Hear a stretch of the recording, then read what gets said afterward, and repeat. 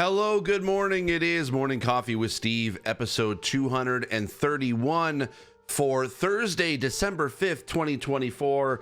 I'm Steve Saylor. This is your daily show of gaming news, accessibility news, or updates about my life. I decided I wanted to have a hot coffee this morning, so I have a hot coffee from McDonald's. Technically, it's a caramel latte. Oh, actually, that tastes pretty good. I've never had this before. I usually have like the regular coffee, but this is actually pretty nice. This is the first like hot coffee I've had in a while. So this is great. Oh, I like this a lot. Yeah, I love also the festive. Looks like yeah, festive McDonald's Christmas cup. Is this like the Grinch? I think it is. I think it's like the Grinch. It's Whoville. Yeah, it kind of looks like Whoville. Anyway, that's pretty cool. Anywho, hope you're doing well. Hope you are having a good week. Still can't believe it's December, but here we are. We are 1 week away from the Game Awards. I will be there. I'm looking forward to it. It's gonna be fun. Also excited to see who wins the accessibility category this year. I have no idea who is gonna win. I am just glad that Call of Duty got nominated, to be honest, because after all like the hard work that I went through over the past 3 years, it's just been nice just to kind of like, okay, it got nominated. I don't know if it's gonna win. There's a lot of great games on there. But like, I'm just glad that it did get nominated, because at least it gets acknowledged as that it has good accessibility, even though it may not have all accessibility that I wanted. It has good accessibility, and I'm like, that makes me very happy. So, but yeah, I'm excited. I'm gonna be there. I'm probably not gonna do a morning coffee with Steve again, I'll be gone from the 11th to the 14th. The 13th being my birthday, so I may do like a special birthday edition of Morning Coffee with Steve. I don't know. We'll see. We're going to Disneyland that day, and we're going super early in the morning, so it may not work out. I don't know. We'll see. Maybe I'll record something the day before, like right after midnight or something. I don't know. I'm leaving it up to being like, whatever happens. I'm not kind of like gonna try to force it. So, but we shall see. All right, let us jump into today's news. First up, we have normally like if you're watching the video version, I usually like to be able to showcase the title of the or title of the article and who wrote it. I can't read it right now because I'm trying to be able to be a little bit sneaky. I was gonna do like this whole like reveal. I'm trying to do a reveal thing. Anywho, VGC video game, the Video Games Chronicle. Basically go to like we love them here. I always go to them for news. It's awesome. They decided to actually go through each of the categories of the Game Awards and look at the Metacritic score of each of those games that were nominated and decide on the who's gonna win that category based on their Metacritic score. And I thought, that's a novel idea. I like that a lot. So we're gonna go through this list, and we're gonna see what they came up with. So I'm hiding the list a little bit, so that way the video folks don't get spoiled on it. But the audio you're gonna enjoy just fine. By the way, if you want the audio, you can go to patreon.com/SteveSaylor to be able to get this as exclusive audio version to any podcast platform.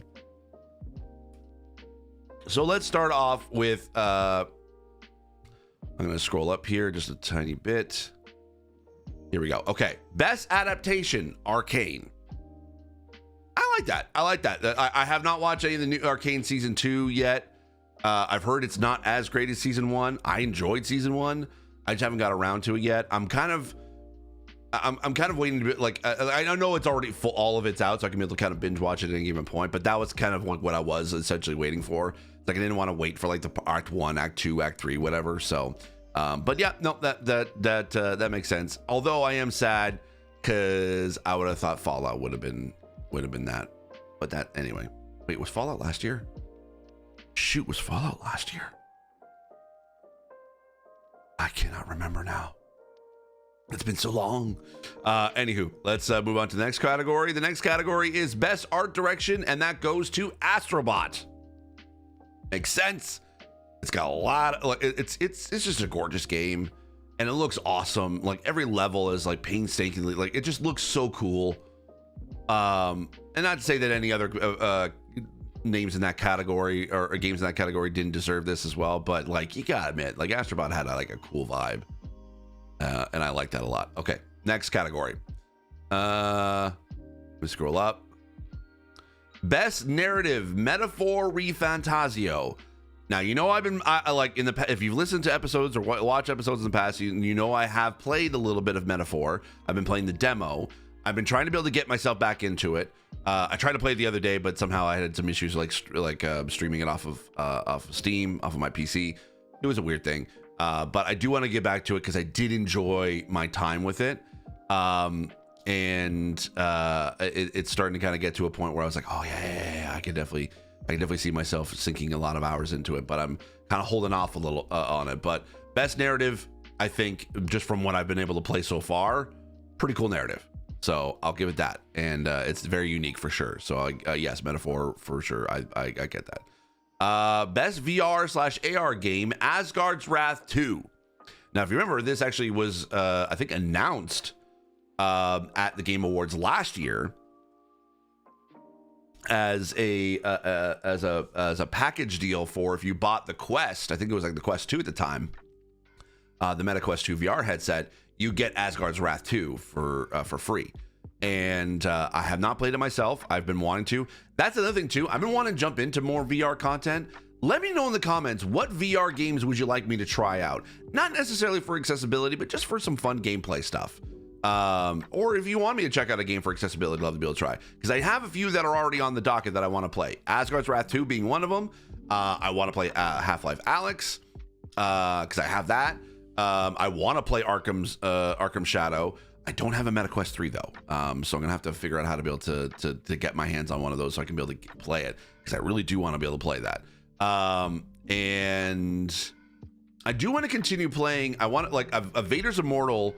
I tried playing, and I have recorded content of that, but I never released it. So I kind of want to go back into that. I did a review Galaxy's Edge, or Tales from the Galaxy's Edge.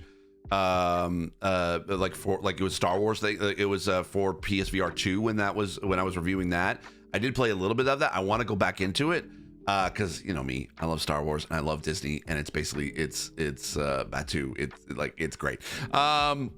So I want to be able to play it. But let me know what VR games I should check out. And maybe I might make some more content in the new year. All right, next category. Best mobile game, Balatro.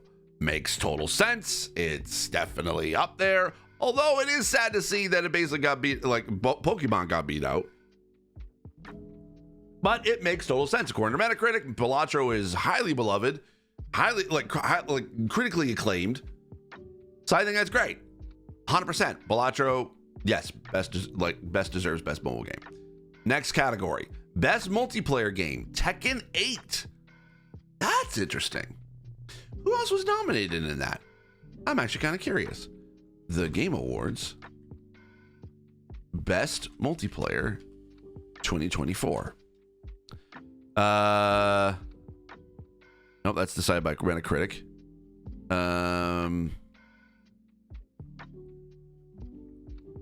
Let's just look it up on Reddit here.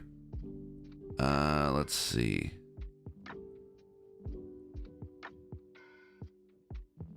Here we go. Someone actually put in the comments. Awesome. Let's see. Best, or is it best multiplayer? Looking for best multiplayer here.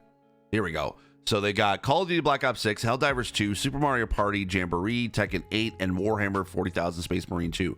That's interesting that Tekken 8 has a higher Metacritic score than Helldivers, Super Mario Party Jamboree, Space Marine 2, and Black Ops 6.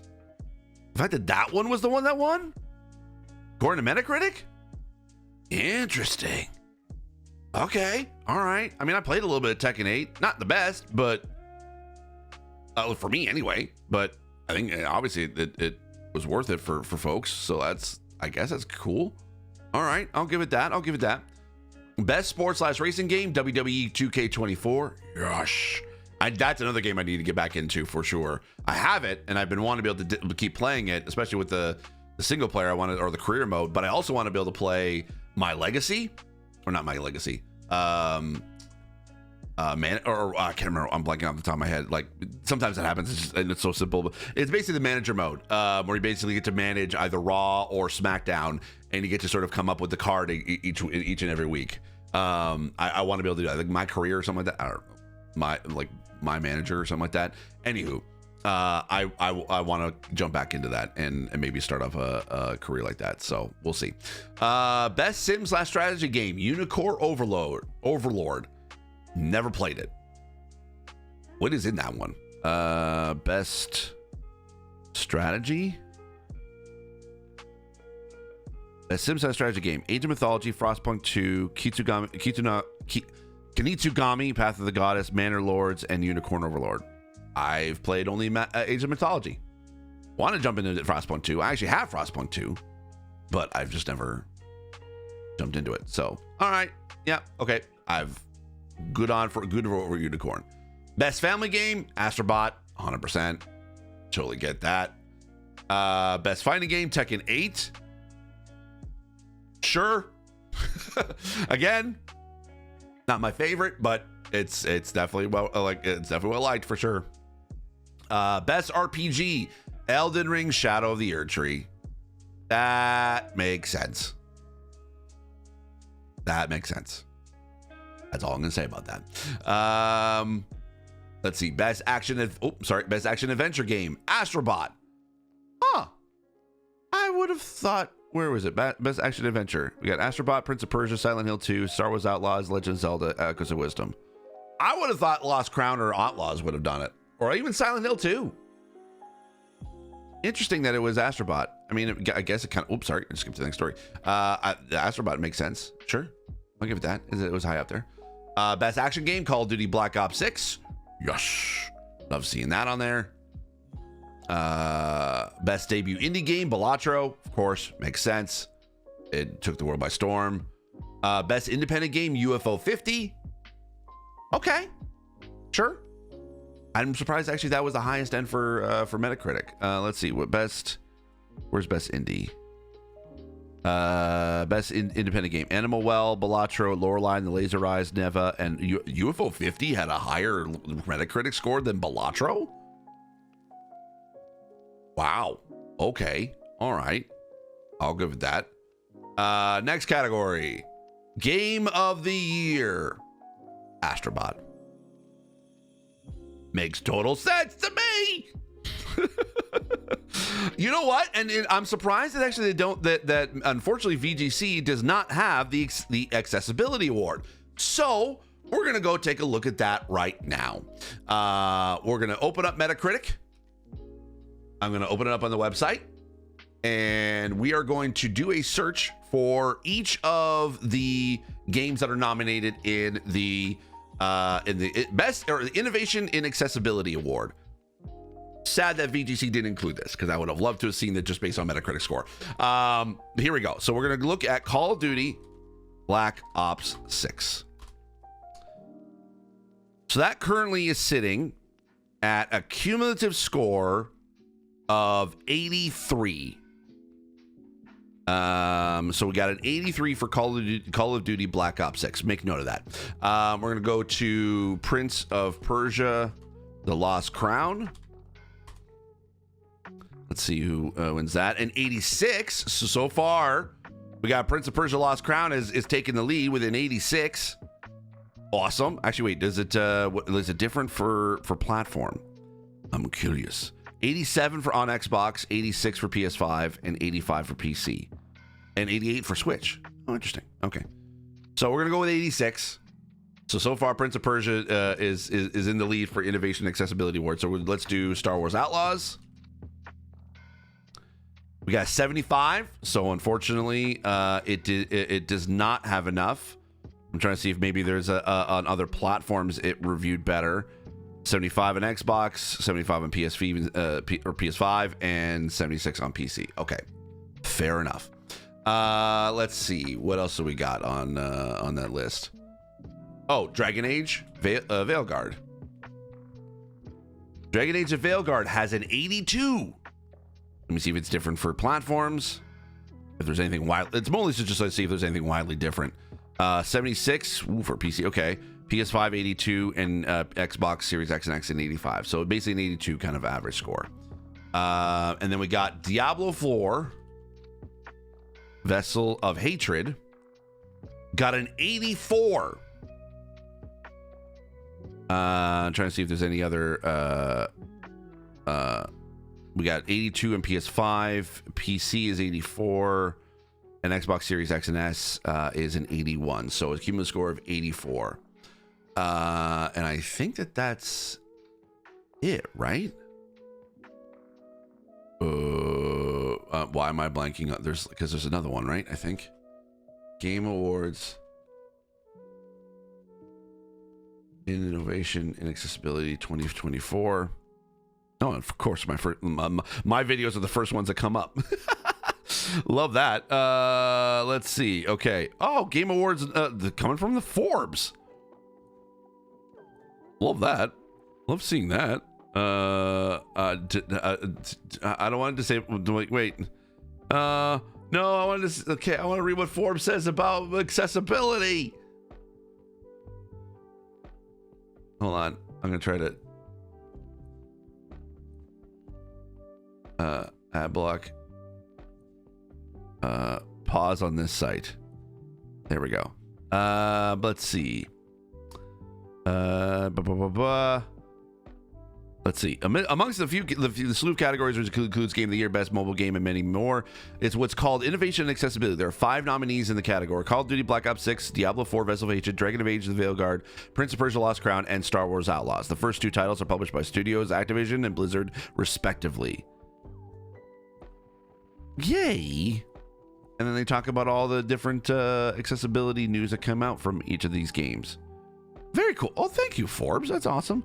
Stephen Aquino wrote this on November 22nd. Thanks. Thank you. All right. So according to Metacritic, the Game Award for Innovation in Accessibility goes to Prince of Persia and the Lost Crown. Congrats, Prince of Persia. Not a game I worked on, but that's okay. I'm very happy. No, honestly, very, very happy. Very, very happy about that. Why I've got Diablo 4 Prince of Persia as I'm celebrating. Let's bring that up. Let's bring up the Prince of Persia: Lost Crown. Give it its due. There we go. We got an 86 according to Metacritic.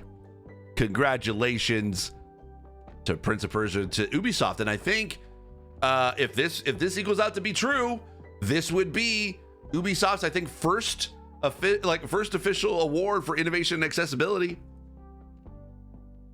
And I'll give it that. I'll take it. That's very, I mean, they deserve it. They've always been nominated each year. Ubisoft has always been nominated each year, but they've never won. And if that is the case this year, I would be very happy about that. That's the thing I would be happy about. If Prince of Persia, if Star Wars wins, cool. I was like, I got to play a little bit of part of it. I'm happy about that. If Prince of Persia wins, even though I had nothing to do with it, I'm still gonna be happy, because it's like, out of all the games that basically that Ubisoft has put out that deserves accessibility award, Prince of Persia definitely deserves it for sure. So I'll give it that. Yeah, I think that's cool. I think that's awesome.